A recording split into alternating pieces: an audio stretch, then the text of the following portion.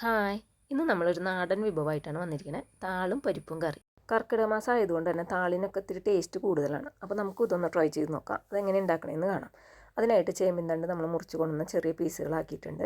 ഇനി അതിൻ്റെ നാരൊക്കെ ചീന്തി എടുത്തതിന് ശേഷം ചെറിയ കഷ്ണങ്ങളാക്കി കുനുകുനാന്ന് നുറുക്കിയെടുക്കണം. നുറുക്കിയെടുത്ത കഷ്ണം നന്നായി കഴുകി വൃത്തിയാക്കാൻ വയ്ക്കാം.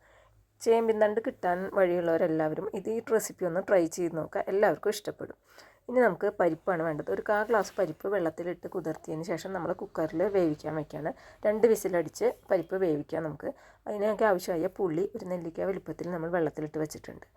ഇനി 2 വിസിലിന് ശേഷം വെന്ത പരിപ്പിലേക്ക് നമ്മൾ താളിൻ്റെ കഷ്ണങ്ങളും കൂടി ചേർത്ത് അതിലേക്ക് 1/4 ടീസ്പൂൺ മഞ്ഞൾപ്പൊടി, 1 ടീസ്പൂൺ മുളക് പൊടി, ആവശ്യത്തിന് ഉപ്പും നേരത്തെ പിഴിഞ്ഞ് വെച്ചിരിക്കുന്ന പുളിവെള്ളവും കൂടി ചേർത്ത് നന്നായി ഒന്ന് ഇളക്കിയതിന് ശേഷം ഒരു 2 വിസിലും കൂടി അടിച്ചെടുക്കണം. 2 വിസിലിനുള്ളിൽ താള് നമുക്ക് വെന്ത് കിട്ടും. ഇനി ഇതിലേക്ക് അരപ്പാണ് വേണ്ടത്. ഒരു നാളികേരത്തിൻ്റെ അരമുറി നാളികേരവും പിന്നെ 4-5 കൊച്ചുള്ളി, ഇത്തിരി മഞ്ഞൾപ്പൊടിയും കൂടി ചേർത്ത് നന്നായി പേസ്റ്റ് രൂപത്തിൽ അരച്ചെടുക്കുക. കുക്കറിൻ്റെ വിസിലൊക്കെ കളഞ്ഞു. താള് നന്നായി വെന്തിട്ടുണ്ട്. ഇതിലേക്ക് അരപ്പ് ചേർത്ത് കൊടുക്കാം.